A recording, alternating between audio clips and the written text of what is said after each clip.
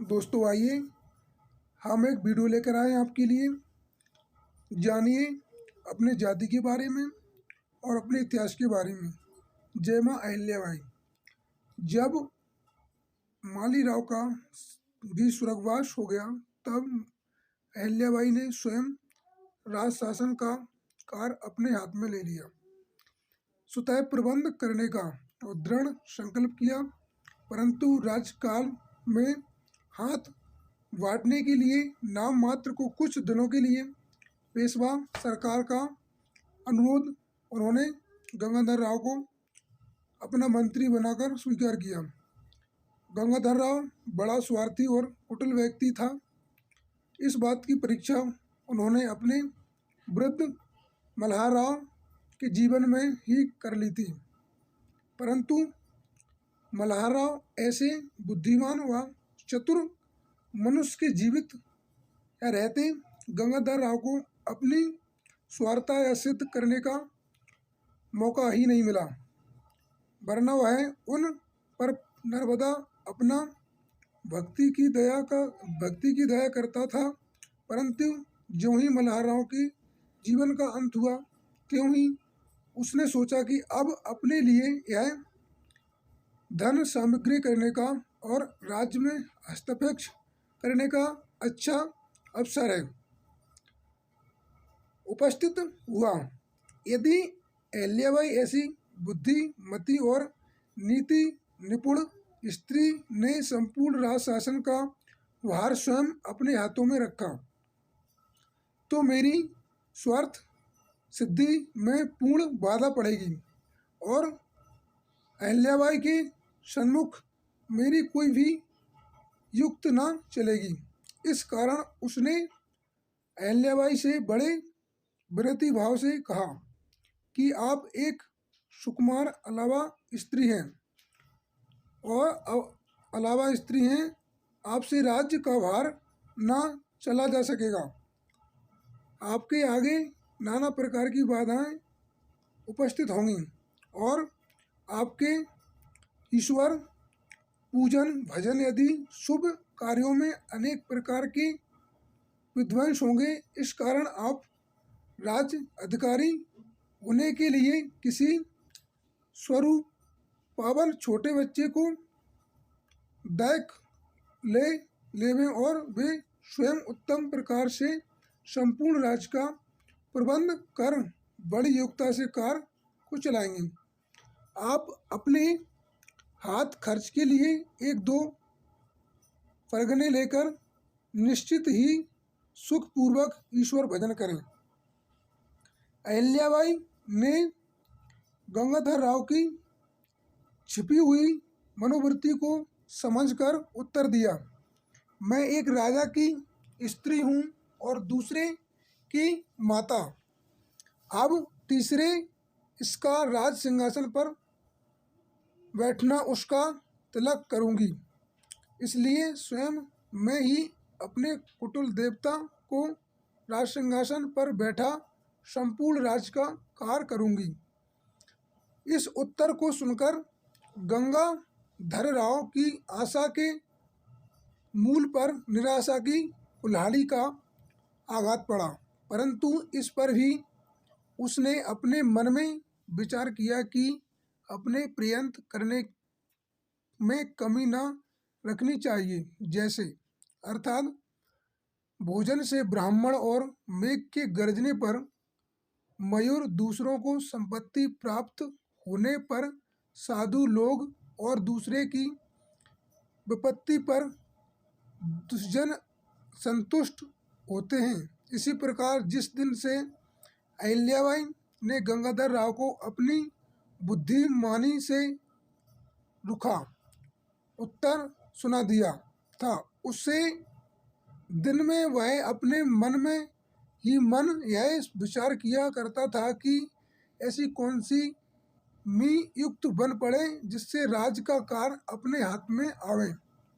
उसने समय समय पर नाना प्रकार के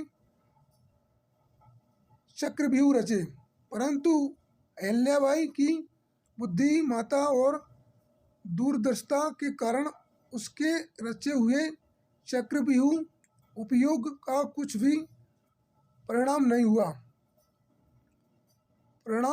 हुआ। अहिल्याबाई इसकी प्रत्येक चालाकी को बड़ी सुगमता से समझ लेती और उसे नष्ट कर देती थी। जब गंगाधर राव की किसी भी दुष्टता से युक्त सिद्ध न हुई, तब अंत को उसने घरोबा दादा को, जो पेशवा सरकार के चाचा थे, इस संपूर्ण राज्य तथा धन का लोभ दिया और उन्हें अपने पक्ष में सम्मिलित करने के हेतु एक पत्र इस आशय का लिखा कि यदि आप स्वयं इस समय सेना लेकर चढ़ आवें तो सरलतापूर्वक यह संपूर्ण राज्य, जो कि आपके पुरखाओं का दिया हुआ है और अब सियासत एक स्त्री कोई उस संपत्ति का अधिकारी नहीं है, आपके स्वागत हो जाएगा। पत्र को पाते ही लालच के वंशीभूत होकर घरोबा दादाजी बिना संपूर्ण विचारे किए गंगाधर राव के पक्ष पर हो गए और जब बाई को उनके भेजे हुए गुप्तचरों द्वारा यह प्रतीत हो गया कि राज्य के लोभ से गंगाधर राव के पक्ष पर सम्मिलित दादा से कहलवाया भेजा कि संपूर्ण राज्य प्रथम मेरे ससुर का स्थापित किया हुआ है, पश्चात मेरे पति का और मेरे पुत्र का था, परंतु दुर्योग से वे सब इसको छोड़ स्वर्गवासी हो गए और यह अब संपूर्ण राज्य मेरा है। यह मेरी इच्छा पर निर्भर है कि मैं किसी योग्य बालक का दत्त विधान करूं अथवा न करूं। ऐसी अवस्था में आप बुद्धिमानी को यह उचित नहीं है कि मुझे अबलाओं पर किसी प्रकार का न्याय करें। यह मुझे व्यर्थ दावे, आप स्वयं बड़े विचारशील हैं और यशस्वी हैं।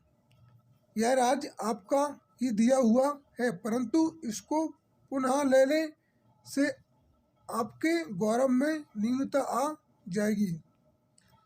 संभव है कि किसी धन और राज्य स्वागत करने वाले लोभी मनुष्य ने आपके द्वारा अपने को यह व्यर्थ बुलावा भेजने का कष्ट देकर अपनी स्वार्थ सिद्धि का सुगम मार्ग समझा रखा हो, परंतु आप बुद्धिमानी मनों को उनकी बातों पर ध्यान न देते ही आगे जैसा आप उचित और योग्य समझें करें। परंतु यदि आप लोग नीति को तिलांजलि दें, अन्याय के पक्ष को स्वीकार करें, तो उसके उचित फल आपसे पावेगा। इधर धीरे धीरे गंगाधर राव ने यह अपवाद महारानी अहिल्याबाई के ऊपर रचा दिया कि स्वयं बाई ने ही पुत्र मालीराव की हत्या कराई है, पर रखने वाली और प्रजा भक्त अहिल्याबाई सरीखी स्त्री पर इस प्रकार का कलंक स्थापित कर राज्य का सर्वनाश करने का पीड़ा उठाना कितना बड़ा पाप है। इस खबर के सुनते ही महारानी अहिल्याबाई बहुत दुखी हुई और दुखी होकर विलाप करने लगी। पहले तो वे अपने प्रमाणित प्रिय ससुर और पुत्र के शोक से चिंतित और दुखी हो रही थीं और अब दुष्टों ने पीछा किया, परंतु धैर्य और साहस रख उन्होंने ईश्वर का ध्यान किया और अपने को संभाल पर आत्मा की न्यायशीलता पर दृढ़ विश्वास कर इन सब कष्टों का सम्मान करने को वे तत्काल तत्पर हो गईं। सच्चे ईश्वर प्रेम और सच्ची भक्ति के ही लक्षण हैं। अहिल्याबाई दोषी थी अथवा निर्दोष। इस विषय को अधिक न लें। हम मालकम साहब की इसी विषय पर पुनः कही हुई कुछ बातें हैं लिखते हैं, इनके अवलोकन मात्र से यह स्पष्ट प्रतीत हो गया कि देवी अहिल्याबाई स्पष्टिक रूप अस्वच्छता चरित्र में चरित्र रूपी श्याम कलीमा दुष्टों ने अपने निज स्वार्थ के सिद्ध करने के लिए लगाने की पूर्ण रूप से चेष्टा की थी। मालकम साहब लिखते हैं कि मालीराव की मृत्यु का वृत्तांत कई यूरोपियन ग्रंथों को भी विवेदित हुआ और उनको भी यह निश्चित हो गया था कि व्यर्थ में अहिल्याबाई ही मालीराव की मृत्यु की स्वयं कारण हुई। परंतु इस बात से और अहिल्याबाई के नाम चरित्र से घनिष्ठ संबंध होने के कारण स्वयं मैंने अपना यह कर्तव्य समझ ही जा तक हो सके इस विषय की समस्या में पूर्ण खोज रूप अंत मेरी खोज परिणाम यह